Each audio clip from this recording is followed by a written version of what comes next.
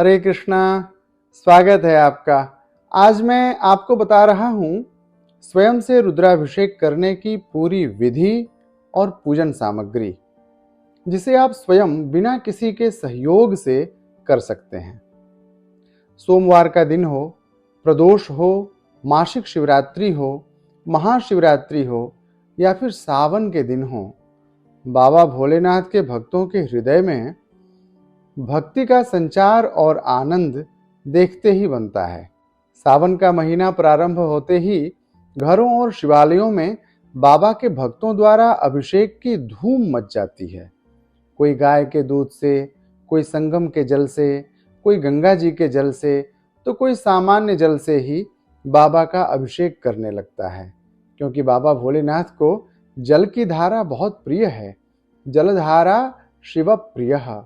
शास्त्रों ने कहा है कि सर्वदेवात्मको रुद्रः सर्वे देवा शिवात्मकाः, अर्थात सभी देवताओं में रुद्र समाहित हैं और सभी देवता रुद्र के ही अवतार हैं।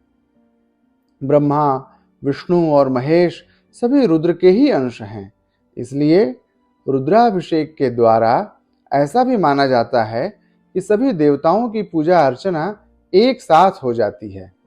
यूं तो पूजन के क्रम में भावना ही सर्वोपरि है। कहते हैं भावे ही विद्यते देवो। आप अपनी विशुद्ध भावना, श्रद्धा और विश्वास से महादेव की जो भी पूजा करेंगे, बाबा को वो सब स्वीकार है। बाबा तो अवघड़दानी हैं, आशुतोष हैं, आपकी सारी मनोकामनाएं पूरी कर देंगे। लेकिन जब बात रुद्राभिषेक की हो रही हो तो उसकी एक विशेष विधि है, जिसका वर्णन यजुर्वेद में प्राप्त होता है। यजुर्वेद के विभिन्न मंत्रों को 8 अध्यायों में विभाजित करके रुद्राष्टाध्यायी बनाया गया है और इस अष्टाध्यायी के पारायण के बाद भी शांति का अध्याय और भी विभिन्न मंत्रों के सम्मिलन कर एक रुद्राभिषेक की पूरी व्यवस्था सुनिश्चित कर दी गई है।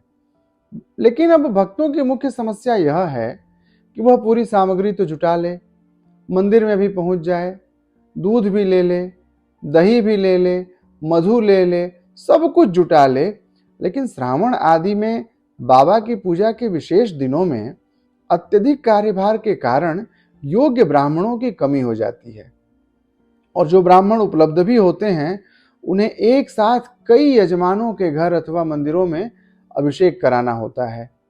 अब इसके कारण पूरी विधि और सामान्य स्वर में रुद्राभिषेक का पाठ कर पाना न तो ब्राह्मणों के द्वारा संभव है और न ही यह व्यावहारिक हो पाता है। तो ऐसे में आज हम आपको बताने वाले हैं स्वयं से रुद्राभिषेक करने की विधि और मंत्र। अब आगे बढ़ने के पहले यह जान लेते हैं कि किस सामग्री से अभिषेक करने से क्या फल मिलता है। अलग अलग सामग्रियों से हम रुद्राभिषेक करते हैं तो किससे क्या फल मिलता है। शिव जी का रुद्राभिषेक यदि जल से किया जाए तो इससे धन प्राप्ति की मनोकामना पूरी होती है। घर या प्रॉपर्टी से जुड़े लाभ प्राप्त करने के लिए शिव जी का दही से रुद्राभिषेक करना फलदायी साबित हो सकता है। आर्थिक लाभ प्राप्त करने या बैंक बैलेंस बढ़ाने के लिए शहद और घी से रुद्राभिषेक करना फलदायी बताया गया है। यदि व्यक्ति किसी तीर्थ स्थल से प्राप्त पवित्र जल से शिव जी का रुद्राभिषेक करे तो इससे शास्त्रों ने मोक्ष की प्राप्ति का फल कहा है। आपके घर में यदि कोई बीमार है या घर से बीमारी जाती ही नहीं, कोई बार बार बीमार पड़ जाता है, तो बीमारियों से निजात पाने के लिए भगवान शिव जी का कुशोदक से अभिषेक करिए। व्याधि शांतिये कुशोदकम। गाय के दूध से शिव जी का अभिषेक करना पुत्र की प्राप्ति के लिए श्रेयस्कर बताया गया है। अपने वंश का विस्तार करना चाहते हैं तो घी से भी शिव जी का रुद्राभिषेक कर सकते हैं। शिव जी का अभिषेक यदि सरसों के तेल से किया जाए तो इससे शत्रुओं से मुक्ति मिलती है, लेकिन इसकी विधि थोड़ी भिन्न है। यह बिना किसी योग्य या विद्वान ब्राह्मण के सहयोग के नहीं करना चाहिए। टाइफाइड या तपेदिक जैसी बीमारी यदि घर में किसी को हो गई है तो शहद से अभिषेक करवाइए उनके हाथों से, फलदायी साबित होगा। यदि आप स्टूडेंट हैं तो दूध में शक्कर मिलाकर शिव जी का अभिषेक करिए। इससे आपकी बुद्धि में वृद्धि होगी, परीक्षा में अच्छे परिणाम प्राप्त होंगे। अब एक सबसे महत्वपूर्ण बात कि धन प्राप्ति या कर्जे से मुक्ति पाने के लिए गन्ने के रस से शिव जी का अभिषेक करना विशेष लाभकारी सिद्ध होता है। आज हम आपको बताने जा रहे हैं, ब्राह्मण यदि उपलब्ध न हो तो स्वयं से रुद्राभिषेक करने की विधि और मंत्र। तो हम आगे बढ़ें इसके पहले एक बार पूजन सामग्री की लिस्ट चेक कर लेते हैं। हमारे पास में गंगा जल, पान, सुपारी, नारियल, दूध, दही, शहद, शक्कर, गुलाब जल, रक्षासूत्र, शिव जी के लिए सफेद वस्त्र, फूल, माला, मदार की माला, दूर्वा, बिल्वपत्र, भांग, धतूरा, सिंदूर, इत्र, मेवा, मिठाई, फल, दीपक, घी, बत्ती, दिया सलाई, अगरबत्ती, धूप और कपूर। इतनी पूजन की सामग्री की पूरी व्यवस्था कर लीजिए और व्यवस्था करने के बाद आसन बिछाइए और उस आसन पर परिवार के सभी सदस्य एक साथ बैठ जाइए। अपने ऊपर गंगा जल का छिड़काव करिए। अपवित्र पवित्रो वा बोल करके 3 बार आचमन कर लीजिए। आसन की शुद्धि कर लीजिए और माथे पर तिलक लगा लीजिए। तिलक लगाने के बाद दीपक जलाते हैं। यदि आप पति पत्नी एक साथ पूजन कर रहे हैं तो गांठ जरूर जोड़िएगा। गांठ जोड़ करके भगवान भैरव का प्रणाम करिए, अपने गुरुदेव को प्रणाम करिए और मंगल स्तोत्र पढ़ने के बाद भगवान के चरणों में अपने संकल्प को निवेदित कर दीजिए।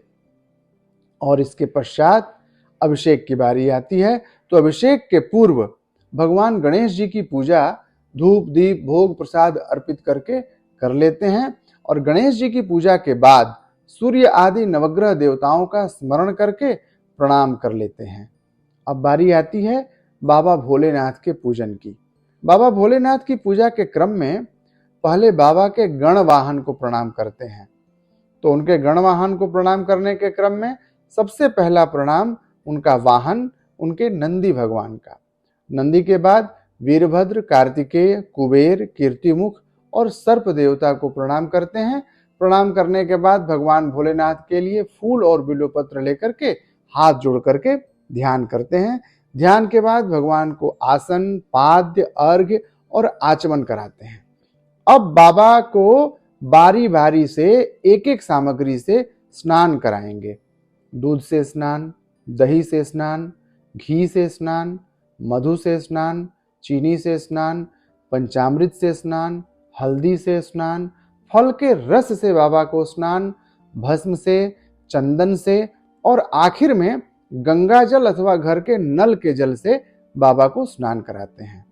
अब बाबा को आचमन करा के महाभिषेक करने की बारी आती है। महाभिषेक में आप भगवान भोलेनाथ के 1000 नामों को बोलकर नाम के आखिर में नमः लगाकर बाबा का अभिषेक कर सकते हैं। अभिषेक में आप श्रृंगी से अपने संकल्प के अनुसार दूध, जल, मधु, गन्ने का रस जो भी आप चाहें बाबा को अर्पित कर सकते हैं। श्रृंगी पकड़ने की मुद्रा लिंग मुद्रा होनी चाहिए। यदि आप बहुत जल्दी करना चाहते हैं तो बाबा के पंचाक्षर मंत्र ओम नमः शिवाय को 108 बार अथवा लघु मृत्युंजय मंत्र ओम ह्रौम जूम सह को 108 बार बोल करके भी बाबा का महाभिषेक कर सकते हैं। अभिषेक के बाद शिवलिंग की विधिवत सफाई करिए और सफाई करते समय बाबा का संकीर्तन ओम नमः शिवाय, ओम नमः शिवाय, इस तरह से कीर्तन करिए।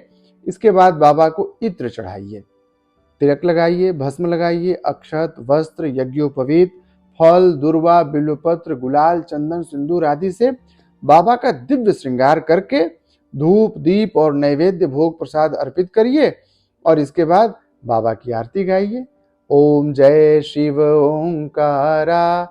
आरती करने के बाद बाबा को आरती दिखा के भक्तों को भी आरती दीजिए और प्रसाद ग्रहण करिए, भक्तों को भी प्रसाद बांटिए। हो गया बाबा का रुद्राभिषेक।